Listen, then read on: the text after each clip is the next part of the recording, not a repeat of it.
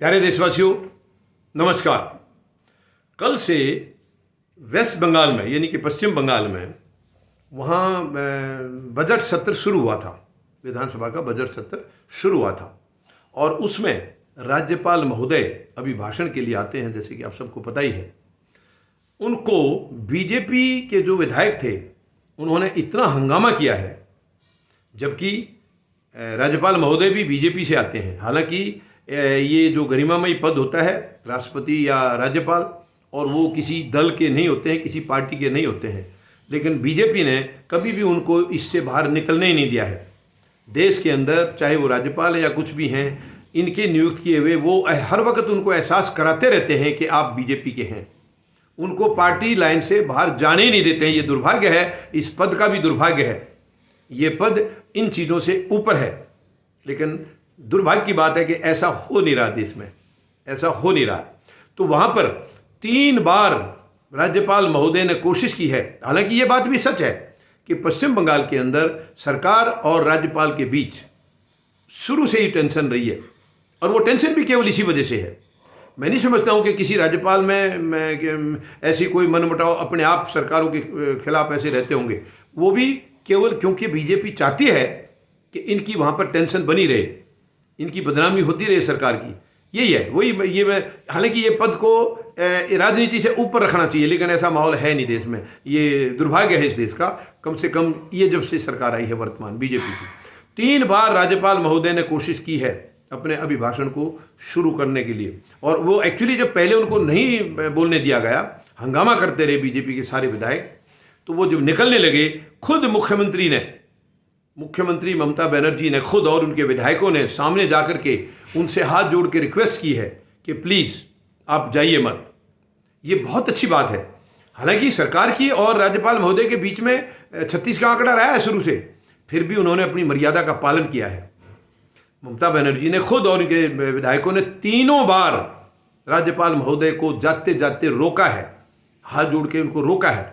वो वापस लाए हैं, लेकिन वो जैसे ही अपना अभिभाषण शुरू करते थे, बीजेपी विधायक फिर उसके अंदर दखलंदाजी करते थे। फिर अपने जो इनका रिकॉर्ड है बीजेपी का, कहीं किसी काम को सकारात्मक तरीके से ये चलने देने का इनका कोई है ही नहीं रवैया। कहीं भी देख लीजिए आप, पूरे देश में ऐसा ही है।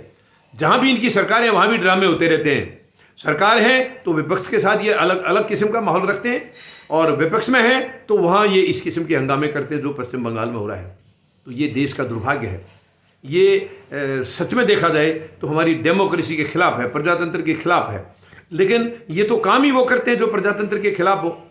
बीजेपी ऐसा कोई काम कभी नहीं करेगी जो प्रजातंत्र के हक में होगा, जो अनुशासनात्मक होगा। ऐसा कभी काम ये करेंगे नहीं। ये करते ही वो हैं जो हमारे संविधान के खिलाफ हो, हमारी डेमोक्रेसी के खिलाफ हो, प्रजातंत्र के खिलाफ हो, लोकतंत्र के खिलाफ हो। ये वही काम करते हैं। तो ये सच में बड़ी निंदा करने वाली बात है कि कल राज्यपाल महोदय को वहाँ पर अभिभाषण तक नहीं करने दिया है, और ये दोष फिर दूसरों पर देते हैं। कम से कम आप अपने आप तो ठीक करके दिखाइए, तो साफ पता चल जाएगा कि सामने वाला गलत है।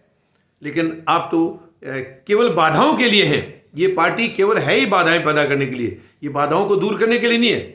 बाधाएं नई नई रोज पैदा करते हैं। किसी भी जगह देख लीजिए आप, हर जगह, चुनाव में देख लीजिए, इनके अलग ही ड्रामे होते हैं। किसी चुनाव की रैली में, प्रचार में, जिसमें देखिए आप, इनके नए ड्रामे होते हैं। कभी देश के प्रति कोई भावना या किसी राज्य के प्रति इनके अंदर कोई भावना कभी आई नहीं है कि ये जनता की इस किस्म के बयानबाजियों से नुकसान होता है, उसके अंदर आपस में रिश्ते खराब होते हैं। ऐसी इनकी मंशा हमेशा यही रही है कि आपस में लोगों को जितना नफरत इनके बीच में फैलाई जाए, जितना उनको कमज़ोर किया जाए, तोड़ा जाए, ये इनकी मंशा शुरू से यही रही है। और ये देश का दुर्भाग्य है कि ऐसी पार्टी का आज केंद्र में शासन है, जो देश को ना अपना मानते हैं ना देशवासियों को अपना मानते हैं।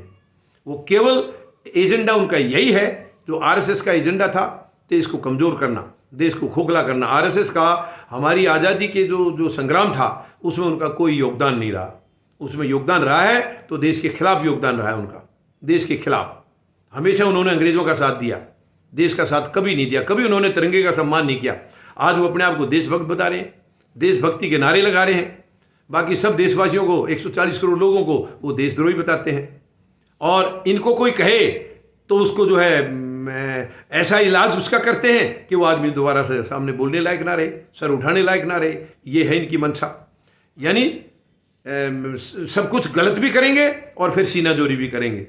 ये बड़ी शर्म की बात है, बड़ी दुख की बात है। इनका एजेंडा बिल्कुल अलग है और वो देश के खिलाफ एजेंडा है। ये बहुत गलत है। तो मेहरबानी करके मैं इनसे यही निवेदन करूंगा कि मेहरबानी करके ऐसा मत करिए, देश को कमज़ोर करने की हरकत बंद करिए आप। अब देश आपको समझ चुका है, देश आपको समझ चुका है और हर जगह से आपको बेदखल करेगा।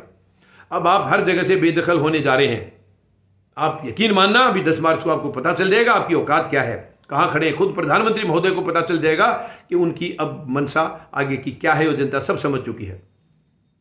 उम्मीद है शायद इन बातों को सुन के कुछ सबक लेंगे। धन्यवाद।